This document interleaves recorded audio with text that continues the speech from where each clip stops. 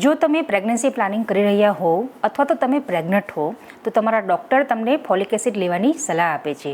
Folic એસિડનું મહત્ત્વ શું છે અને ફોલિક એસિડ પ્રેગ્નન્સી દરમિયાન શા માટે લેવું જરૂરી છે તો તેના વિશે આજે આપણે અહીં જોઈશું.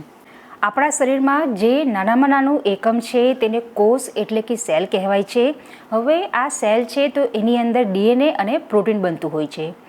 ડીએનએ સિન્થેસિસ અને પ્રોટીન સિન્થેસિસ માટે ફોલિક એસિડ એ એક મહત્વપૂર્ણ ભાગ ભજવે છે. પ્રેગ્નન્સી રહે એ માટે સૌથી પહેલાં તો સ્પર્મ અને એગ બંને ભેગા થાય છે તો તેને ફર્ટિલાઇઝેશન કહેવાય છે. હવે ફર્ટિલાઇઝેશનના લગભગ 5 થી 6 દિવસ પછી જે એમ્બ્રિયો છે તે ગર્ભાશયની અંદર એનું ગર્ભરોપણ એટલે કે ઇમ્પ્લાન્ટેશન થાય છે. હવે જ્યારે પણ બાળક બનતું હોય છે ત્યારે સૌથી પહેલાં જો કોઈ સિસ્ટમ બનતી હોય તો તે છે નર્વસ સિસ્ટમ એટલે કે ચેતાતંત્ર. આપણા શરીરનું જે સંપૂર્ણ કંટ્રોલિંગ છે તે આ નર્વસ સિસ્ટમ પાસે હોય છે. કન્સેપ્શનના 14મા દિવસના અંતે ફ્લેટ રિબન લાઇક સ્ટ્રક્ચર બને છે જેને ન્યુરલ પ્લેટ કહેવાય છે. હવે ધીરે ધીરે આ જે ન્યુરલ પ્લેટ છે એ ફોલ્ડ થાય છે અને એમાંથી ટ્યુબ જેવું સ્ટ્રક્ચર બનવાની શરૂઆત થાય છે જેને ન્યુરલ ટ્યુબ કહેવાય છે.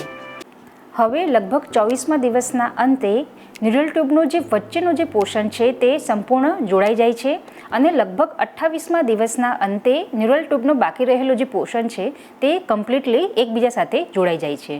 આ એ જ સમય છે કે જ્યારે તમને તમારું પીરિયડ નહીં આવે અને તમે પ્રેગ્નન્સી ટેસ્ટ કરો છો અને એ પોઝિટિવ આવે છે.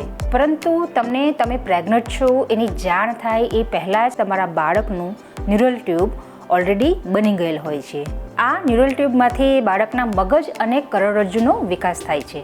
હવે જો આ સમયગાળા દરમિયાન જો તમારા શરીરમાં ફોલિક એસિડની ખામી હોય તો આ જે ન્યુરલ ટ્યુબ છે એ ન જોડાય એવી શક્યતા વધી જાય છે અને બાળકમાં ખામીઓ સર્જાઈ શકે છે.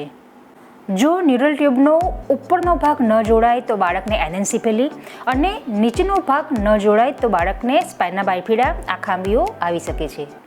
તમને પ્રેગ્નન્સી રહે એ પહેલાંથી જ ફોલિક એસિડ 400 માઇક્રોગ્રામ ડેલી લેવાથી બાળકમાં આ ખામીઓ આવતી મહદઅંશે અટકાવી શકાય છે. તમારે તમારા આહારમાં ફોલિક એસિડ રીચ ફૂડ જેવા કે દાળ, કઠોળ, મગ, ચણા, લીલા પાંદડાવાળા શાકભાજી, પાલક, ડ્રાયફ્રૂટ્સ, બ્રોકોલી વગેરેનો સમાવેશ કરવો જોઈએ.